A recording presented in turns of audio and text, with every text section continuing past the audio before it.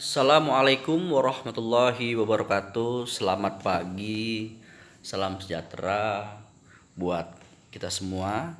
Nah, hari ini kita akan melanjutkan pelajaran kita dengan topiknya yaitu penggunaan kata adalah, ialah, yakni dan juga kata yaitu ya. Nah, selama ini kita menggunakan kata adalah, ialah, yakni dan itu dengan semau kita ya, seenak kita tanpa mengetahui apa sebenarnya fungsi dari atau perbedaan penggunaan kata-kata ini ya.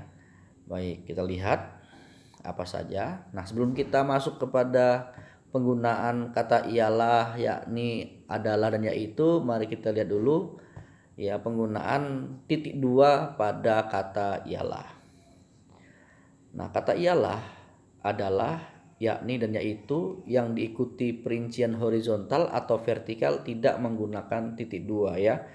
Nah, jadi bila bentuknya ya bentuk memanjang ke kanan itu yang disebut dengan horizontal, atau memanjang ke bawah atau vertikal tidak menggunakan titik dua setelah kata yaitu ya.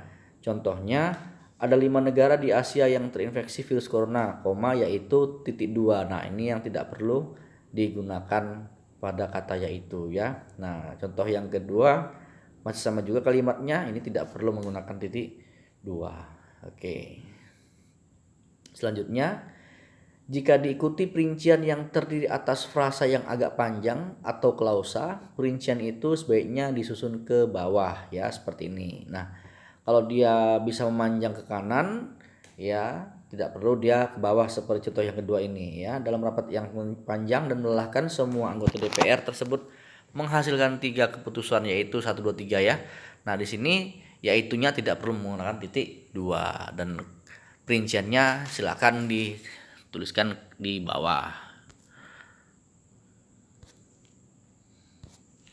Lanjutnya, kata ialah dipakai untuk mendefinisikan sesuatu atau menghubungkan dua penggal kalimat ya. Nah, jadi kata ialah itu digunakan untuk mengartikan atau mendefinisikan suatu kata. Contohnya kata biologi ialah ilmu yang mempelajari ya, bukan biologi adalah, tapi biologi ialah ilmu yang mempelajari. Kalau dia mendefinisikan, maka gunakanlah kata ialah. Contoh yang kedua, bahasa negara ialah bahasa Indonesia ya, bukan bahasa negara adalah bahasa Indonesia. Nah, jadi ialah itu mendefinisikan sesuatu atau menghubungkan dua penggal kalimat. Yang kedua, kata adalah ya, kata adalah ini digunakan untuk menegaskan hubungan subjek kalimat dengan penjelasannya.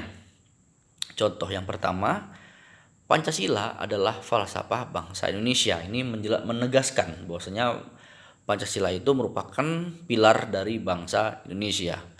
Yang kedua, Desember adalah bulan ke-12 ya. Jadi orang sudah tahu sebenarnya, tetapi dijelaskan kembali ya supaya orang lebih mantap lagi memahaminya. Yang ketiga, saya adalah pengagum Soekarno. Jadi agar orang tahu, maka dijelaskan dengan kata adalah ya. Oke, lanjutnya kata ya itu dan yakni ini sama penggunaannya, yaitu untuk perincian. Contohnya, ia pergi dengan ketiga temannya, yaitu Tono, Tini dan Tina.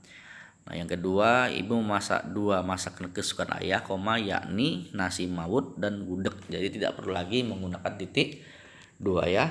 Nah, itu saja penjelasan singkatnya. Mudah-mudahan kalian paham. Nanti segera dikerjakan kuisnya. Terima kasih. Assalamualaikum warahmatullahi wabarakatuh.